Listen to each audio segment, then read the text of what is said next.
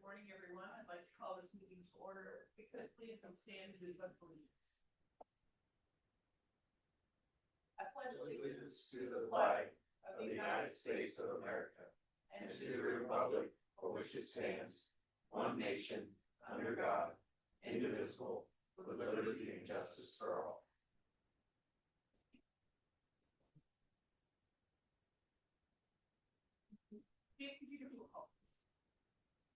Keisha Johnner. Here. Jim Mueller. Here. Steve McCombs. Here. Entertain a motion to approve today's agenda. Move to approve today's agenda. I'll support. McCombs. Aye. Mueller. Aye. Johnner. Aye. Communications. I just would, for communication purposes, just like to remind those that are employees, that, if you have not signed up for your health insurance, please do so. That is going to be done by Thursday. On to public comments. This is the portion of the agenda during which we can hear from the public on items that are not listed below. These could become possible future topics for future agendas. Is there any public comments? Anything online? Entertain a motion for today's consent agenda. Move to approve consent agenda. Second. Mueller. Aye. Johnner. Aye. McCombs. Aye. On to business. Item number 1 is resolution 2026-62. This is a resolution supporting the home-based Iowa programming. For last meeting, we had discussed the home-based Iowa program. Robert is with us again today, I believe, online.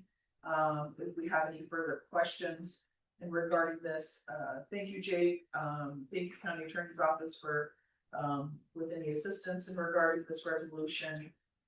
I guess I only have one question in regarding this, and it talks about how do we as the county and the cities, I'm assuming we have to somewhat monitor how we have outreach when it comes to these veterans.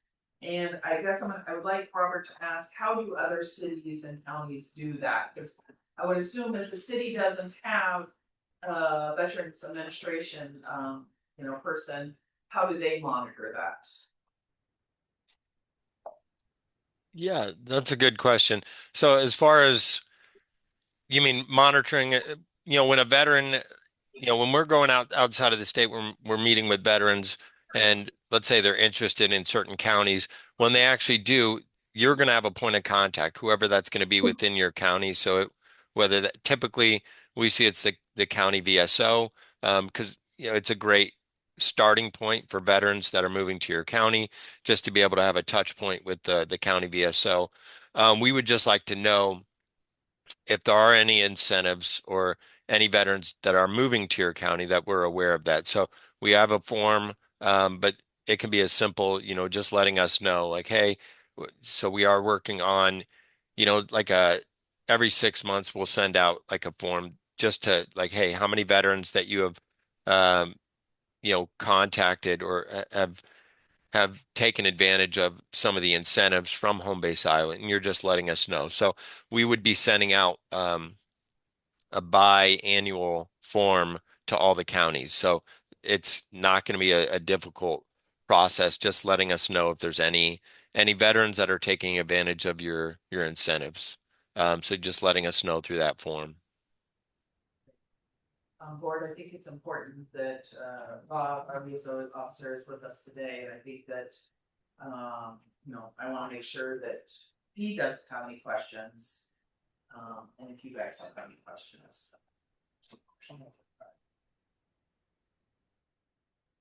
Morning, Rob. Yes, good morning, supervisors. Yeah, I have a few questions about it. I haven't seen this form or this report yet. So I'm trying to understand what the reporting requirement would be on a 6-month interval. If you could give me a copy of that, that'd be great. As a follow-on question, are the cities that are home base Iowa communities also filling out this form and submitting it directly to home base Iowa?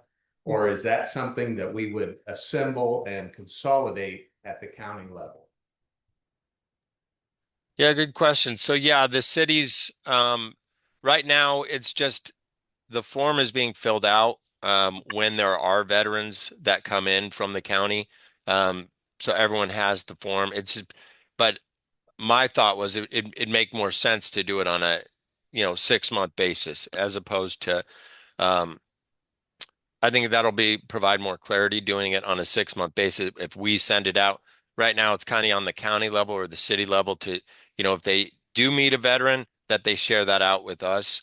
We do have a form on our website, but um, I don't know how often that's actually happening. There is no like requirement, um, for reporting. We would just like to know about it. I mean, obviously, we want to be able to share out the success of the program.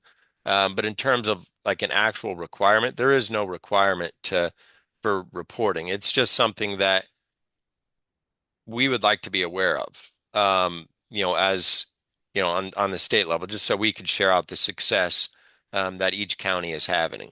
Um, but my idea is, yeah, we don't actually have right now a 6-month reporting. That's just an idea that would be good moving forward. Right now, it's just a form when you're getting a veteran that comes into your county that takes advantage of any of your incentives that you're letting us know through that form. And yeah, I could share that with you. Yeah, I'd appreciate that. I do have contact with all of the recently discharged veterans. I get a list on a monthly basis. I reach out and contact them. Um, but I'm on the front end of that process. Um, and I don't always see the impact or what they're taking advantage of at the community level. But I can certainly report the contacts that we have on a monthly basis of new veterans and maybe those that move into our community. But as far as the impact of it, then if it's not federal VA benefits, then I'm kind of blind to that Right. impact. No, And I understand.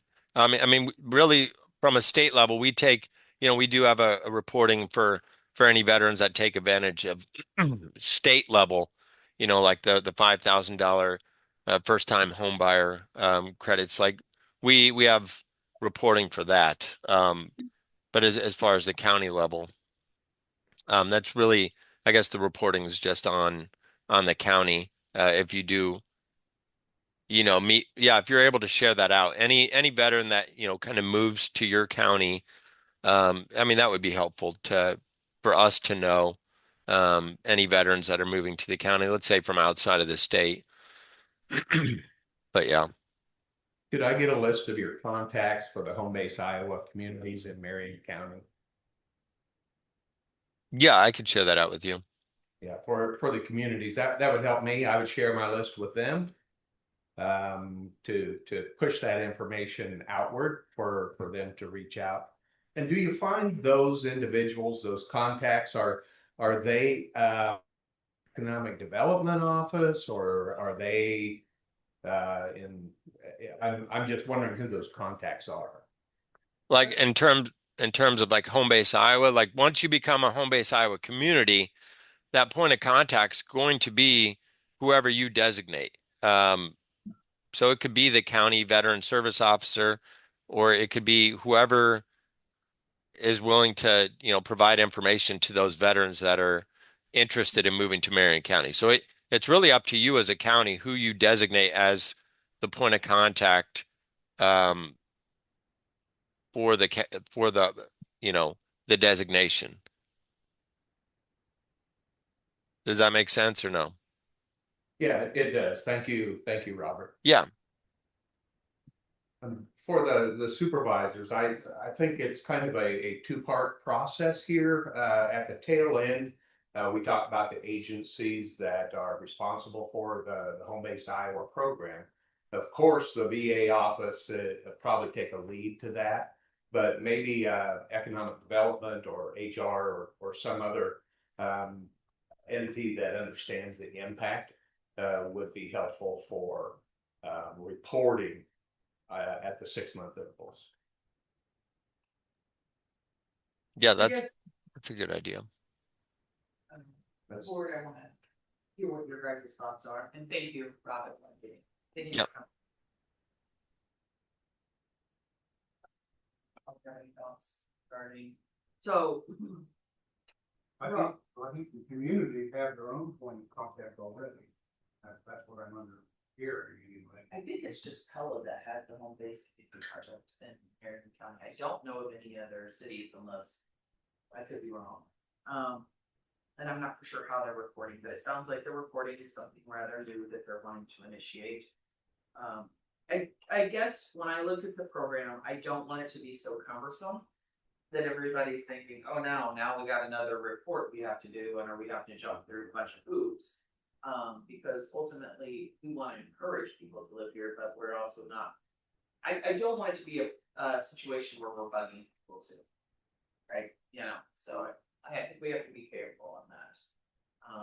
So I don't think the intent here is for any of this to be overwhelming in any regard whatsoever. It's more informational, it sounds like, for the semi-annual report or it even sounds as if that's voluntary, where if you don't get it, it's not like anybody's gonna come chasing you down, so. Right. And that's something, nothing has been initiated on this 6-month report. And that's just a thought I had of it might be helpful from a, statewide perspective to do a 6-month. If you guys don't like that idea, the reporting is really just, it is kind of voluntarily. We just want to know about the incentives that are being taken advantage of so we can report out on them. But if The critical portion of this is just to show support for the veterans and make available any of the assets that we have that might be specifically designed to benefit them and encourage them to locate in the county. So I'm 100% in favor of this, and no issues. I move to approve agenda item number 1, resolution 2026-62. I won't let you. no, it's fine. I think in our last conversation, we talked about something, but if I remember correctly, it was the DOT was going to place those signs, am I correct? That's what I would want them to. I was looking at the cost of probably 4 signs. I think we have to do the resolution and then we have to determine signs. But yes, I understood that. I do think that are you guys finding the 4 signs and is that cost wisely having the DOT place those? So that's something that I can work with Tyler on. But yeah. Okay, I second Jim's motion. Johnner, Aye. McCombs, Aye. Mueller. Thank you, everyone. Appreciate it. Thank you, Robert. Thank you, Rob. right. Thank you. Thank you. Bye. On to item number 2, this is an appointment, the City of Pella Library Board of Trustees. This would be Marion County's representative. Board, we had Christy Leonard, who left in January, who left an opening. They decided to go ahead and kind of wait and do a search. And so Emily Ott would be the representative, and then she would be starting July 1st. So again, this is our representative representing the county. The mayor, the ward is recommending to the city of Pella. They recommended, and I believe that was went ahead and they supported that. So now it's our turn. I don't know if you have any questions, concerns. This has been out. I have not heard anything from the public regarding this appointment. So. No issues. Entertain a motion to appoint Emily Potts for the representative from the library board. We could approve Emily Ott. That's our representative to the library board. Second. McCombs, Aye. Mueller, Aye. Johnner. Item number 3 is Marion County Ground Special Event Application. This is Daughters of the Revolution, American Revolution. So it's the Henry Knox chapter. Would be regarding the flags. I did receive a call from Chris Nestabile yesterday evening. He had no issues. He just wanted to make sure that whatever flag they were wanting to fly would be below the American. So, but other than this is a nice, situation and regarding Flag Day on 6/14 and on 7/4, they will be serving cake and lemonade by the moment there, so. Board has any questions? No, entertain a motion. So move. Support. Mueller, Aye. Johnner. Aye. McCombs. Aye. Item number 4 is resolution 2026-66. This is the Iowa DOT secondary road update. Amendment number 1. Tyler. Thank you for coming this morning. Yeah, so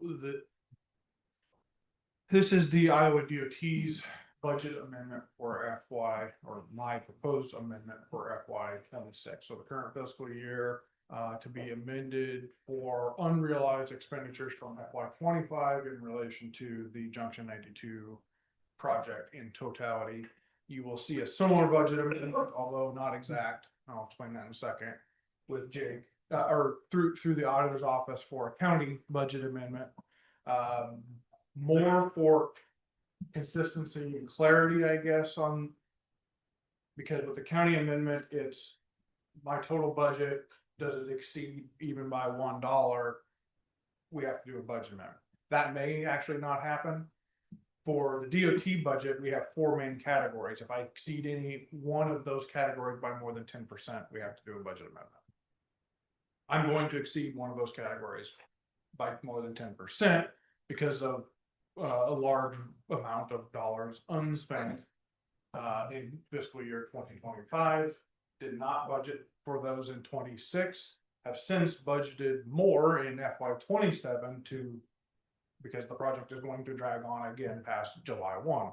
So just the way things transpired in 26, we just didn't have the right amount of funds in our budget, and we're juggling between different funding sources for Junction 92. So again, unrealized expenses for 25. It is $650,000 for the Iowa DOT amendment. The budget amendment that I proposed for the county budget is $700,000.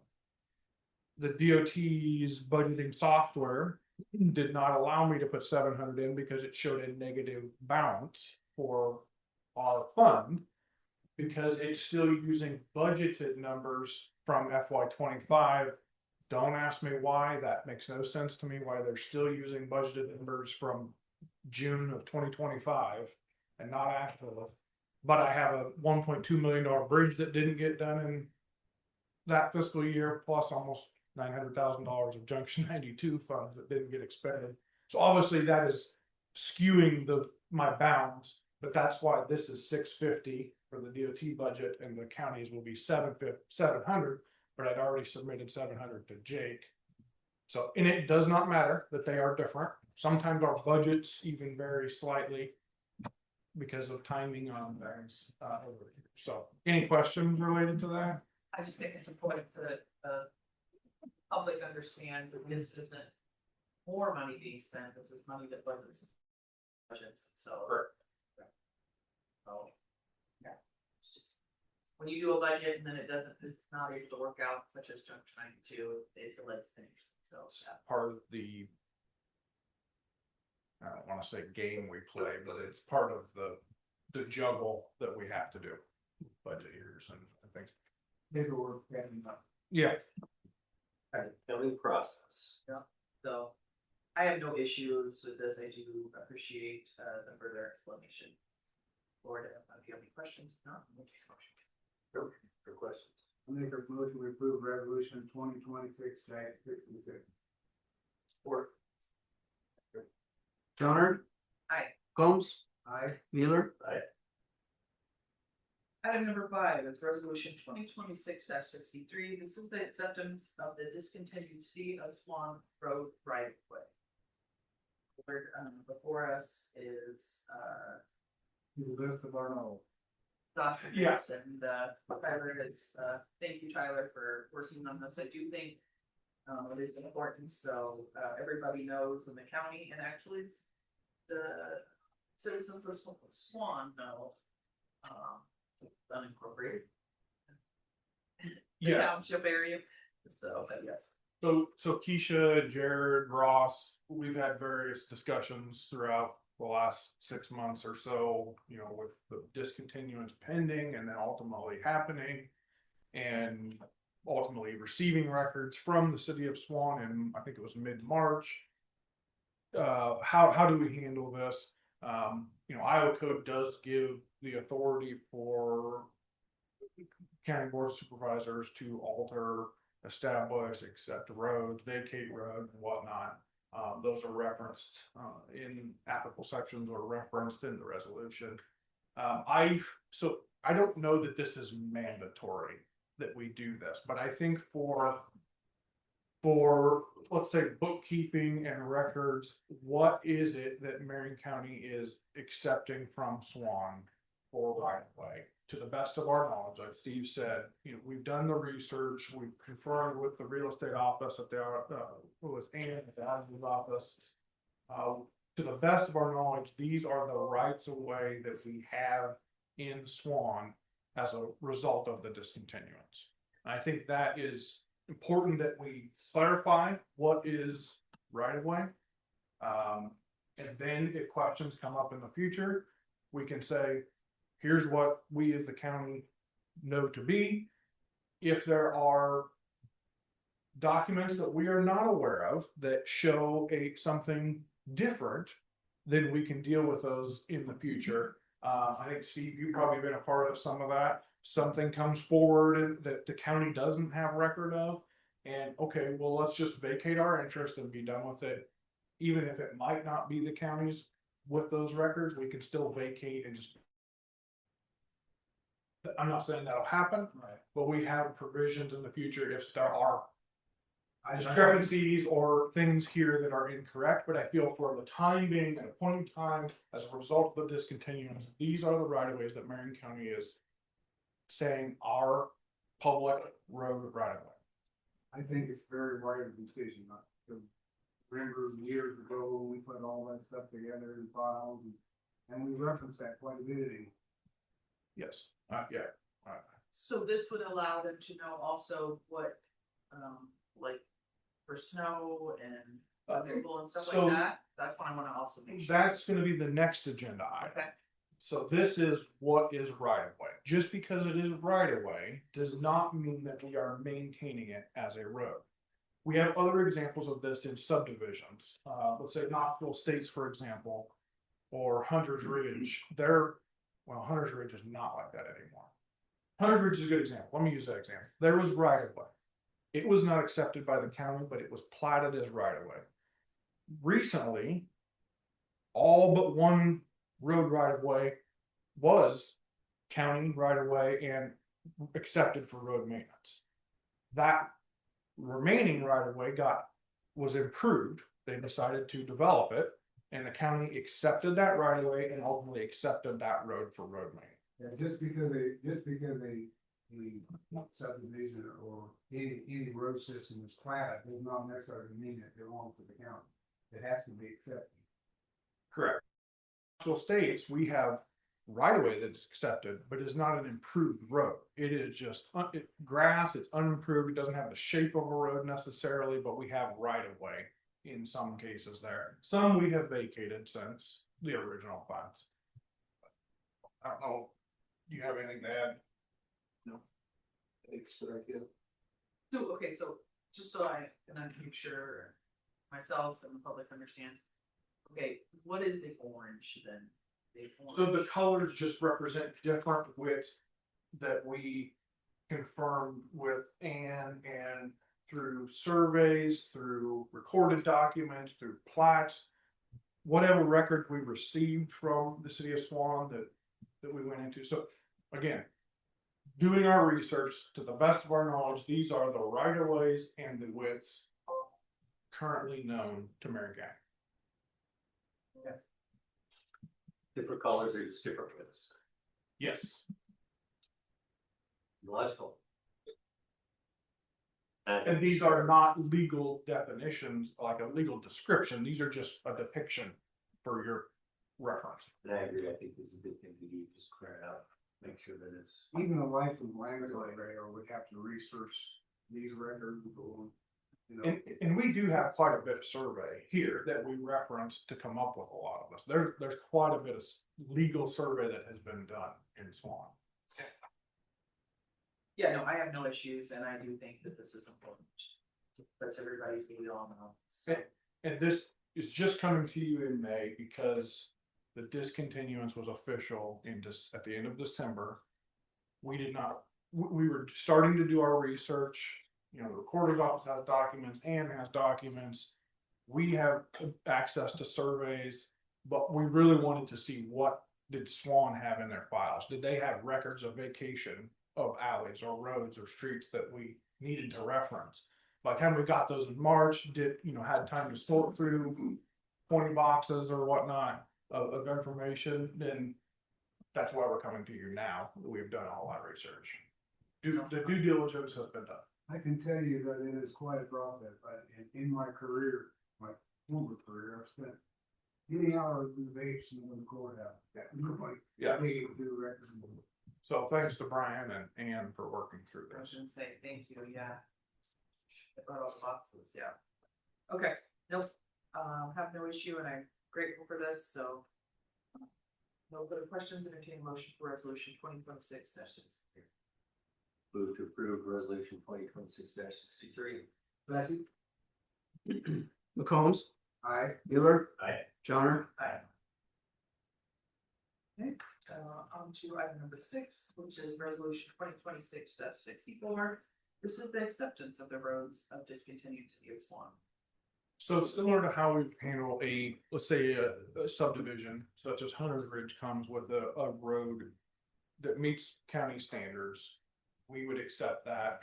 I may propose to you to accept a road for secondary road maintenance. So essentially stepping it into the secondary road system. This is the road, the travel portion of the road itself. We're no longer talking about the right of way, although these roads lie within the right of way. So this is really more of a judgment call based off what we see versus our discussions of what with the city of Swan and what they were maintaining. So these are the roads, the solid blue line. I apologize if anyone's colorblind, but the solid line represents streets, platted streets that are currently being maintained or that were maintained and we are currently maintaining by the city of Swan and now by us. The dash line is actually a platted alley that was being maintained, but it also serves as the primary and only access for a residence. Are you talking about this segmented line here? Correct. That's what I'm gonna ask you about. So we did perform snow removal on that alley because that is the primary and only access for that residence that we are essentially inheriting here. Can you show us which place are you talking about? When I look at it, it's like, yeah, but why would, okay. I see. That's why it's segmented like that. I just didn't know if, and just out of curiosity, I'm just out of picture, if you had them come this way, or. Yeah, I guess I don't know what the driveway is. The driveway there on the. Yes, and the grade coming from the west side of the home to Orchard Street is not very conducive for access. Yeah, you're just trying to define here What is? What's an access of the public. Right. We can look at in the future, but currently I am recommending via this resolution to accept it to maintain as a street, even though it is a 10-foot out, because we have a policy for how we maintain alleys, which is not as a street where we do routine or regular maintenance. However, in this case, for the time being, I am recommending that until we have time to decipher, is there another or better option? And all of these streets are no curb and gutter, it's just a paved street. Correct. There's no, it's not an urban cross section. Rural process. They are all a rural cross section. Okay. Some are seal coated, which we call hard surface. It is not a pavement. But it's hard surface seal coat, some. and a few are gravel. Not, again, not uncommon in our rural subdivisions or unincorporated towns to have one, the other, or some of both, or some of paved hard surface and gravel. I guess I'm just Now- also questioning, just a curiosity of. By accepting these, are we putting ourselves in a situation where all of a sudden, okay, now we need to go in and completely resurface half of those things inside That's a former good, community? that's a good point, and I haven't got there yet, so. To be clear, these do not meet the standards for which we would accept a subdivision a private subdivision that came to Marion County. We have a policy that says the roads have to meet this standard to be accepted. Now, could you, as the board, choose to override my recommendation to abide by that policy? Yes. But no, these do not. We are accepting them as is. To your point, Jim, no, I do not believe that we need to make any improvement. We can continue to maintain them as they are in there. They have good, for the most part, they have good drainage. The seal coat is in good shape. The gravel roads could use a little improvement, but again, we'll handle those and incorporate those like we do any other gravel roads in subdivisions or unincorporated towns. Does that answer your question? I just wanna make sure, I guess, boil my question down to it, is this gonna be a big budget suck by taking these things in? Because there's a lot of maintenance, a lot of deferred or overdue maintenance that we're gonna have to face very rapidly. I surprisingly, I would say overall they're in pretty good shape compared to other similar types of roads in Marion. Will there be additional cost? Yes, absolutely. We have just over a mile, I believe, of seal coat. Right now we're around $35,000 a mile for seal coating. We do that on a 3-year rotation. Gravel roads, we're probably rocking these every other year at best, if not every 4 years. And then they're part of routine maintenance. Snow removal's minimum. I think we spent a few $1,000 that. Because we had if you remember last fall, we had a MOU with the city of Swan to do their snow removal. That was fairly minimal throughout the winter season. I don't know that we really have a choice at this point either. But we are not, is it additional cost? Yes. Is it a huge burden? At this point, I would say no. I guess my next question then is, Jake, as he's taking a sip, this coffee there, I can't break timing. Since these are gonna be new additional expenses and valuations coming into the county role, does that then increase our allowable budget that we get from the state, that we get to keep our tax revenues? Because this should generate some additional quote unquote income in order to offset some of those expenses. It shouldn't just be a flat negative, but House File 718, I'm very sensitive to how that process works. And since we're accepting this as a former incorporated, now unincorporated, Right. How does that impact our income budget, Yep. our tax revenue budget? I'll let Jake speak to the property tax part, and then I have some comments on the road use tax part. Okay. So I don't know the exact dollars amount, but process, Jim, is the county has been accessing the valuation in the city of Swan for a general fund for general fund, general supplemental debt service. We've already been accessing that because we access everywhere. The switch when they unincorporated, discontinued, I guess is probably the better word. When discontinued, we then switched all those properties within that boundary to the Pleasant Grove Township tax district. And there is no parcels anymore in the city of Swan. So the county still, regardless if it's incorporated or township, the general fund, those ones I mentioned stay the same. What does change is Pleasant Grove Township trustees gain access to that valuation now. And they have their limits. So if they have like a dollar levy or something, that will be applied to these. The difference for us that trickles down to Tyler, and I don't know exact dollar amounts, is it is now accessible to the rural fund. So the rural fund did gain that valuation, which the rural fund transfer that we do every year to Tyler Secondary Road Fund does benefit from that.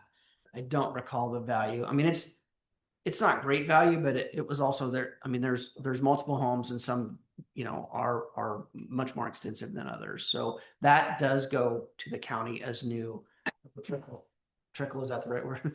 We'll get down to Tyler Secondary Road Fund, but I don't have exact dollars right now. I guess my whole point is, I don't anticipate the expenses will be significant. No. But I also want to assure the public that's paying attention is, Yeah. yes, we're gonna add expenses, but yes, we're also Yeah. gonna get some additional income to offset at least a portion of that. Right, and as far as road use tax, as part of the discontinuance process, the city development board, am I saying that right? Yep. The city development board made notification to the Iowa DOT that the city of Swan is no longer, so what was being transferred to the city of Swan as street funds will now come as secondary road funds to Marion County.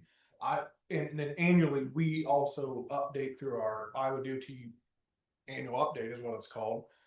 Any roads that we gain or add or lose via vacation or reclassifications, we do an annual update with the Iowa DOT and will confirm that these are now being shown as Marion County's roads for that purpose exactly, that we make sure we get that secondary road allocation from road use tax for these routes. Sounds good, thank you. All good questions? Thank you. No further comments? To Tyler or anybody? Entertain a motion for resolution 2026. Move to approve resolution 2026-64. I'll support. Mueller. Aye. Johnner. Aye. McCombs. Aye. Item number 7 is resolution 2026-65. This is to establish regulatory stop and yield sign location. And then continue to yield some more.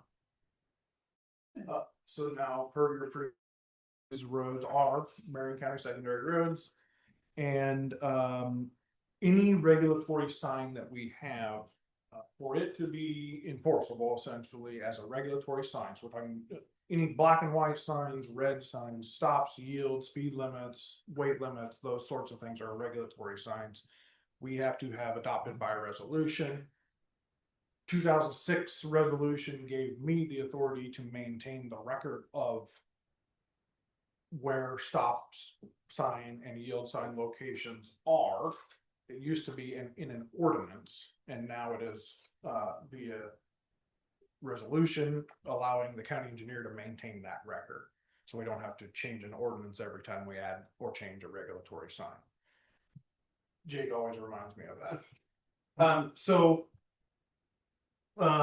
We did a review of the signage in the city of Swan. There has, I believe, since our first assessment in late 2025, there has been some vandalism on some signs.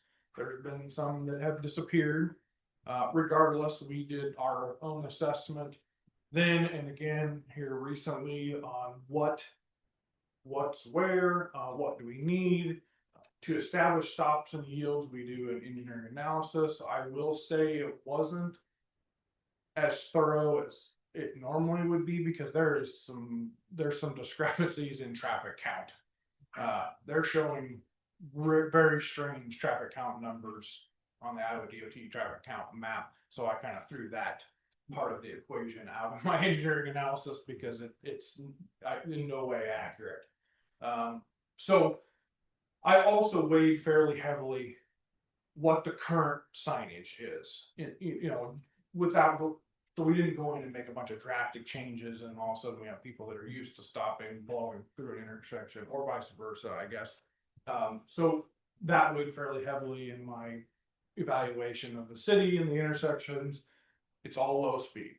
We are not proposing any speed limit signage as part of this resolution because on Coolidge, which is a farm to market route, Marion County was already obligated to maintain Coolidge, the farm to market route, in a town of less than 500 population. So we already have 25-mile-an-hour speeds coming into Swan proper. So we do not need any additional signage here. It's a residential area, 25 is statutory, and we've already signed for it. So really the evaluation was around stops and yields. I've made one change to stop and yields. One. Look at it. I added a yield. Yeah, I could say we can't, can you tell us which ones are stops and which ones are yields? Yeah, it looked better on my computer. Number 11 is a lighter shade. It's actually supposed to be orange, but it's kind of pinkish. That is the yield sign for southbound E Street is what it's called, at southbound approaching Hawthorne. This map does not do it justice, but Hawthorne is a curve into Orchard. And that is the main thoroughfare of traffic for both eastbound Hawthorne to southbound Orchard and vice versa, northbound Orchard to westbound Hawthorne. We had a yield, so I recommend a yield for southbound East Street in that location. I do believe there was a stop on Hawthorne, what's called Hawthorne, but was actually that alley I referenced earlier. Because it's an alley and we don't have the right of way, it was actually outside of the right of way. And honestly, to put a sign in a 10-foot right of way, it would be obstructing vehicle passage. So that's why I'm not recommending that. And we don't typically sign alleys anyway.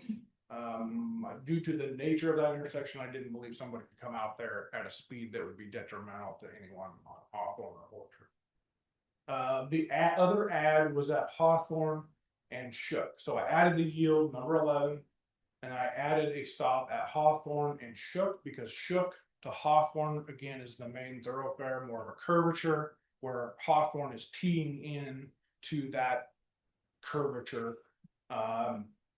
We will have to investigate the location there and make that work. But that is, I do recommend that based off the what is the main thoroughfare, again, not based off traffic count, but what I was seeing there, and also for sight distance issue. In these rural locations, these signs are only optional if you, that optional, you come up. So again, these are my, otherwise, the others 1 through 10, with the exception of 4, did not change. So 4, they are as they currently are. I did remove one from a stop sign from Maple and W Street, because W is not actually a through street from Maple south to Coolidge. That is not a street. That is, and it doesn't look like a street. And we're taking out the culvert on Coolidge, so it will not even be traversable in the future. That is all part of Corps of Engineer property. We don't even have the right of way. There's no right of way there, right? Yeah. Nope, I think this is very good, and then, yeah, it's. And just for clarity on, since we're talking regulatory signs, there were some no truck signs and load limit signs in the city of Swan. We did not find any record of that. No trucks means you have to designate a truck route. There's no truck route designated. No trucks, what does that mean? Yeah. Does that mean no pickups, no heavy trucks? That's an unclear sign. We try to avoid that unless we have a designated truck route to accompany that sign, which we do have one of those instances here in Marion County. And then the load limit that was there is so small, so low, that the garbage trucks that are entering there weekly or even daily are technically not legal. School buses, garbage trucks. If there is an issue in the future, we could reconsider a load posting, but at this time, I don't know that there's a real issue there, and we can reevaluate. So at this time, I'm not proposing a load limit nor a no truck, which are again both regulatory. Are we reusing the signs that are already in existence? We are. Not replacing them. We are essentially replacing every post and every sign because they neither meet the current standard. for height, for retro reflectivity, those sort of size, those sorts of things. Have we, I know this isn't part of this, but if we put up new signs and regarding the house, like the street signs up there, are they still good? They're all done. They've been done. Okay, They've all been changed. okay, great. Okay. So, okay. Well, there's no further questions. Entertain a resolution for 2026-65. Move to approve 2026-65. Johnner, Aye. McCombs, I, Mueller, Aye. Thank you. Thank you, thanks, Tyler. Tyler. Thank you. Thanks for all your work on that. Yeah. Those that- Item number 8, Board of Supervisor updates. Mr. Weaver, you have any updates? The only thing I have going on Thursday, I'm meeting with the Mid-Iowa Planning Alliance, and we'll be talking about workforce development and area needs. I have a landfill meeting scheduled for tomorrow and a special board meeting for. I know what. So, with that, entertain motion to adjourn. Move to adjourn. McCombs, I. Mueller, Aye. Johnner. Thank you, everyone.